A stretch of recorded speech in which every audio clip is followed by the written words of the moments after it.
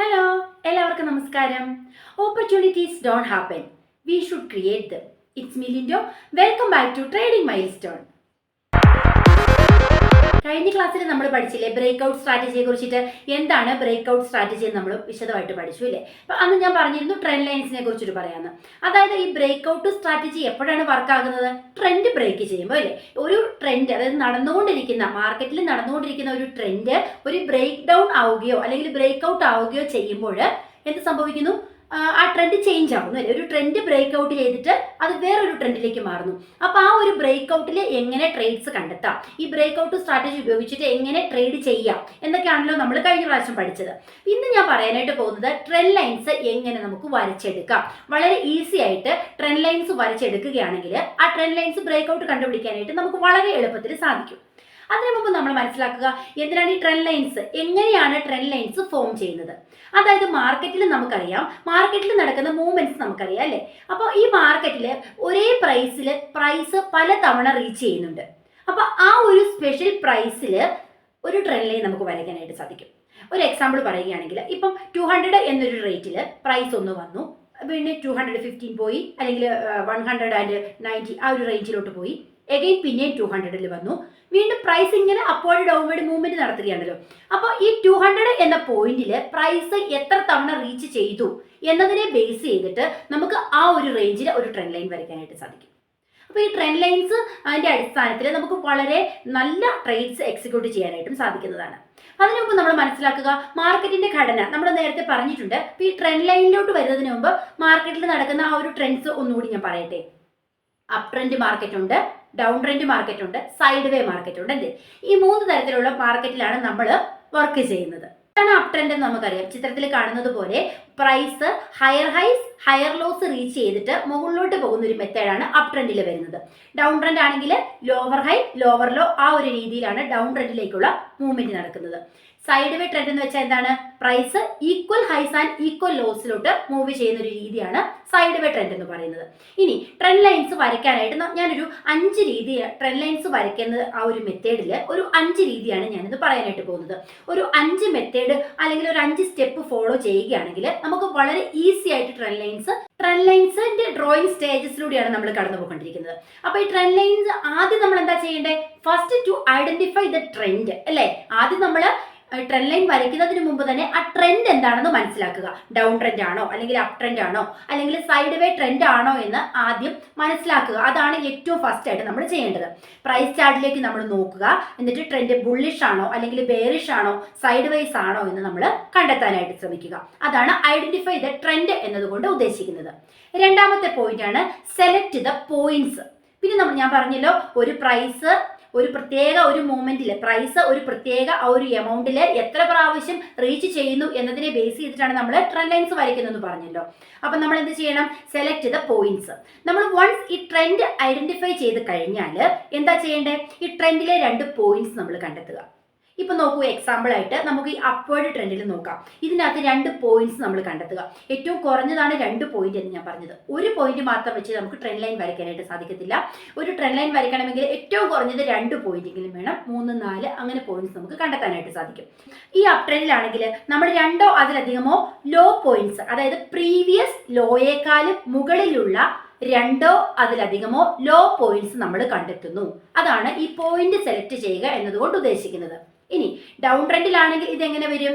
നമ്മൾ 2ഓ അതിലധികമോ lower points, അതായത് ലോവർ ദാൻ ദ പ്രീവിയസ് ഹൈയേക്കാളും താഴെയുള്ള 2ഓ അതിലധികമോ പോയിന്റ്സ് നമ്മൾ കണ്ടെത്തേണ്ടതായിട്ടുണ്ട്. സൈഡ് വേ ട്രെൻഡിലാണെങ്കിൽ എങ്ങനെ വരും? അത് 2ഓ അതിലധികമോ ഈക്വൽ പ്രൈസ് പോയിന്റ്സ് നമ്മൾ കണ്ടെത്തേണ്ടതായിട്ടുണ്ട്. അപ്പൊ മനസ്സിലായില്ലേ? ആദ്യം നമ്മൾ എന്താ ചെയ്യേണ്ടത്? ഐഡന്റിഫൈ ദ ട്രെൻഡ്, അതിനുശേഷം സെലക്ട് ദ പോയിന്റ്സ്. നമ്മൾ ഏതൊക്കെ പോയിന്റ് ആണ് വേണ്ടത് സെലക്ട് ചെയ്യുക.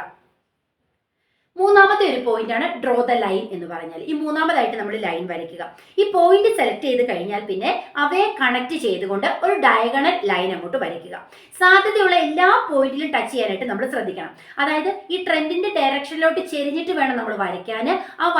നമ്മൾ വരച്ചു പോകുന്ന ആ ഒരു ഡയഗണൽ ലൈനിൽ എത്ര പോയിന്റ്സ് മാക്സിമം ടച്ച് ചെയ്യുന്നുണ്ടോ എന്ന് നമ്മൾ നോക്കുക.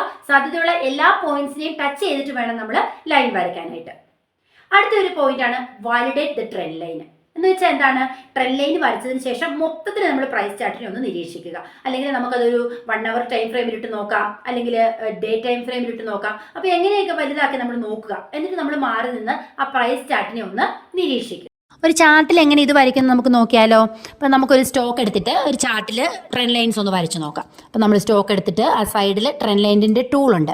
അപ്പോൾ ട്രെൻഡ് ലൈനിൻ്റെ ടൂൾസ് നമ്മൾ എടുക്കുക. ഫസ്റ്റ് നമ്മൾ വരയ്ക്കാൻ പോകുന്നത് സൈഡ് ബൈ ട്രെൻഡിൻ്റെ ആണ്. അതായത് 3 പോയിന്റെങ്കിലും അല്ലെങ്കിൽ 2 അതിലധികം പോയിന്റ്സ് റീച്ച് ചെയ്തിട്ടാണ് വരയ്ക്കേണ്ടതെന്നാണല്ലോ നമ്മൾ പഠിച്ചിരിക്കുന്നത്.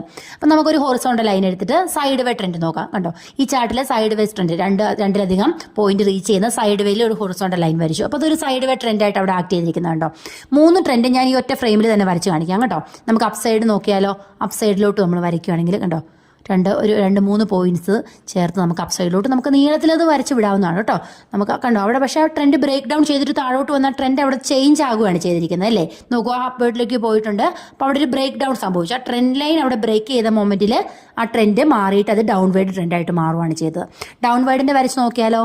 ഇപ്പോൾ ഡൗൺ വൈഡ് ഇതുപോലെ തന്നെ നോക്കുക, സൈഡിൽ നിന്ന് നമുക്ക് വരയ്ക്കാം. കണ്ടോ, ഒരു 3 പോയിന്റ് റീച്ച് ചെയ്ത് നമുക്കിങ്ങനെ ഡൗൺ വേഡിലോട്ടൊരു ട്രെൻഡ് കിട്ടും. ഇതിപ്പോൾ ഞാൻ ഒരു ഫ്രെയിമിൽ തന്നെ വരച്ച് കാണിച്ചു എന്നുള്ളൂ കേട്ടോ. അപ്പോൾ നിങ്ങൾ പെട്ടെന്ന് മനസ്സിലാക്കാനായിട്ട് നമ്മൾ അതിനു മുമ്പ് പഠിച്ചിട്ടുണ്ടല്ലോ, ആ ഒരു തിയറി ബേസിൽ ഞാനിപ്പോൾ ഇവിടെ വരച്ച് കാണിച്ചിട്ടുണ്ടെന്നുള്ളൂ. അപ്പോൾ നിങ്ങൾ ഇതുപോലെ തന്നെ ഒരു സ്റ്റോക്ക് എടുക്കുക. സ്റ്റോക്ക് എടുത്തിട്ട് ഐഡൻറ്റിഫൈ ചെയ്ത് നോക്കുക. ഇതുപോലെ പോയിന്റ്സ് ഐഡൻറ്റിഫൈ ചെയ്ത ശേഷം ട്രെൻഡ് വരയ്ക്കുക. അപ്പോൾ നമ്മൾ മനസ്സിലാക്കേണ്ട ഒരു കാര്യം എന്ന് വെച്ചാൽ, ആ ട്രെൻഡ് ലൈൻ ബ്രേക്ക് ചെയ്യുന്നിടത്താണ് ആ ട്രെൻഡ് മാറുന്നത്. അപ്പോൾ നോക്കൂ, ആ സൈഡ് ബൈ ട്രെൻഡ് ലൈൻ അവിടെ ബ്രേക്ക് വന്നു, പെട്ടെന്ന് അവിടെ അപ്വേർഡിലോട്ട് മൂവ്മെൻറ്റ് വന്നല്ലേ. അതുപോലെ തന്നെ അപ്വേർഡ് ട്രെൻഡ് ബ്രേക്ക് വന്നിടത്ത് ഡൗൺ വേഡ് മൂവ്മെൻറ്റ് വരുന്നു. വീണ്ടും അവിടെ ട്രെൻഡ് ലൈൻ ബ്രേക്ക് ആവുന്നതുകൊണ്ട് വീണ്ടും ആ ട്രെൻഡ് അവിടെ ചേഞ്ച് ആകുന്നതായിട്ട് നമുക്ക് കാണാനായിട്ട് സാധിക്കും. അപ്പൊ എന്താ സംഭവിക്കുന്നത്, ഈ ഓവറോൾ ട്രെൻഡിന്റെ ബേസിലാണോ, ഈ ഡയഗണൽ ലൈൻ എന്ന് പറയുന്നത് കറക്റ്റ് ആ ട്രെൻഡിന്റെ ബേസിലാണോ എന്ന് നമുക്ക് അപ്പോൾ കാണാനായിട്ട് സാധിക്കും. വളരെ ബ്യൂട്ടിഫുൾ ആയിട്ട് നമുക്ക് ട്രെൻഡ് ലൈൻസ് വരച്ചെടുക്കാനായിട്ട് സാധിക്കും. അതിനുശേഷം എന്താ ചെയ്യുക, ആ ട്രെൻഡ് ലൈൻസ് ഉപയോഗിച്ചിട്ട് ട്രേഡ് ചെയ്യുക, ഡിസിഷൻസ് എടുക്കുക.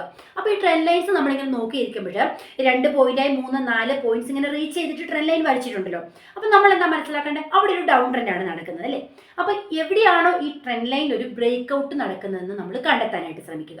അത് നമുക്ക് ക്യാൻഡിൽസ് പാറ്റേണിന്റെ അടിസ്ഥാനത്തിൽ നോക്കാം, അല്ലെങ്കിൽ പാറ്റേൺസ് നമ്മൾ കുറേ പഠിച്ചിട്ടുണ്ട് അല്ലേ. W പാറ്റേൺ, M പാറ്റേൺ, അങ്ങനെ കുറേ പാറ്റേൺസ് പഠിച്ചിട്ടുണ്ട്. പാറ്റേൺ ബേസിൽ നമുക്ക് ബ്രേക്ക് ഔട്ട് ശ്രദ്ധിക്കാവുന്നതാണ്. അതുപോലെ തന്നെ ഓരോ ക്യാൻഡിൽസിന്റെ മീനിങ്സ് നമ്മൾ പഠിച്ചിട്ടില്ലേ. ക്യാൻഡിൽസിന്റെ മീനിങ്സ് വെച്ചിട്ട് നമുക്ക് ബ്രേക്ക് ഔട്ട് നോക്കാം. അങ്ങനെ എവിടെയാണോ ഈ ഒരു ട്രെൻഡ് ബ്രേക്ക് ഔട്ട് സംഭവിക്കുന്നത്, ആ ഒരു മൊമെന്റിൽ നമുക്ക് ട്രേഡ് എക്സിക്യൂട്ട് ചെയ്യാനായിട്ട് സാധിക്കും. പിന്നെ നമ്മൾ ശ്രദ്ധിക്കേണ്ട ഒരു കാര്യമുണ്ട്, ബ്രേക്ക് ഔട്ട് വരുന്ന ആ ഒരു പോയിന്റിൽ നമുക്ക് ട്രേഡ് എക്സിക്യൂട്ട് ചെയ്യാനായിട്ട് സാധിക്കത്തില്ല. ജസ്റ്റ് ഒന്ന് വെയിറ്റ് ചെയ്യുക. ചിലപ്പോൾ അതൊരു ഫേക്ക് ബ്രേക്ക് ഔട്ട് ആണോ എന്ന് നമ്മൾ ചെക്ക് ചെയ്യേണ്ടതായിട്ടുണ്ട് അല്ലേ. അപ്പം ഞാനിത് ബ്രേക്ക് ഔട്ട് സ്ട്രാറ്റജിയുടെ ക്ലാസ്സിൽ പറഞ്ഞിരുന്നു, fake breakout, real breakout, ഇതിനെക്കുറിച്ചൊരു വീഡിയോ ചെയ്യാമെന്ന് പറഞ്ഞിട്ടുണ്ടായിരുന്നു അല്ലേ. പിന്നെ നമ്മൾ ട്രെൻഡ് ഐഡന്റിഫൈ ചെയ്യാനാണ് പഠിച്ചത്, ട്രെൻഡ് ലൈൻ വരയ്ക്കാനാണ് പഠിച്ചത്. അടുത്ത വീഡിയോയിൽ ഞാൻ പറയാൻ പോകുന്നത് ഈ ബ്രേക്ക് ഔട്ട്, ഫേക്ക് ബ്രേക്ക് ഔട്ടും റിയൽ ബ്രേക്ക് ഔട്ടും എങ്ങനെ കണ്ടെത്താം എന്നാണ് അടുത്തൊരു ക്ലാസ്സിലൂടെ. ശരിക്കും ട്രെൻഡ് ലൈൻസ് നമ്മൾ പറയുന്നത് പോലെ ഡയഗണൽസ് മാത്രമല്ല, linear trend line, power trend line, curved trend line, അങ്ങനെ കുറേ ട്രെൻഡ് ലൈൻസ് ഉണ്ട്. പക്ഷെ നമുക്ക് ഇന്ത്യൻ മാർക്കറ്റിൽ ഈ ഒരു ട്രെൻഡ് ലൈൻസ് ആണ് കൂടുതൽ നമുക്ക് ഇന്ത്യൻ മാർക്കറ്റിൽ വരയ്ക്കാനായിട്ട് സാധിക്കും. ഇതാണ് കൂടുതൽ ആപ്റ്റ് ആയിട്ടുള്ളത്. ഫോറക്സിലോട്ടൊക്കെ പോവുകയാണെങ്കിൽ നമുക്ക് ലീനിയർ ട്രെൻഡ് ലൈൻ അല്ലെങ്കിൽ പവർ ട്രെൻഡ് ലൈൻ ഒക്കെ വളരെ നന്നായിട്ട് വരച്ചെടുക്കാനായിട്ട് സാധിക്കും. അപ്പം നമ്മൾ മനസ്സിലാക്കുക, ബേസിക്കലി നമ്മൾ മാർക്കറ്റിന്റെ ട്രെൻഡ് ഐഡന്റിഫൈ ചെയ്യുക, ഐഡന്റിഫൈ ചെയ്ത് ട്രെൻഡിന്റെ ബേസിൽ ട്രെൻഡ് ലൈൻ വരച്ചെടുക്കുക, ബ്രേക്ക് ഔട്ടിന് വേണ്ടി കാത്തിരിക്കുക, ബ്രേക്ക് ഔട്ടിൽ നല്ലൊരു ട്രേഡ് എടുക്കാനായിട്ട് സാധിക്കും. വീഡിയോ ഇഷ്ടമെങ്കിൽ ലൈക്ക് ചെയ്യുക, സബ്സ്ക്രൈബ് ചെയ്യുക. അടുത്ത ദിവസം പുതിയൊരു ടോപ്പിക്കുമായി വീണ്ടും കാണാം. Stay tune, by.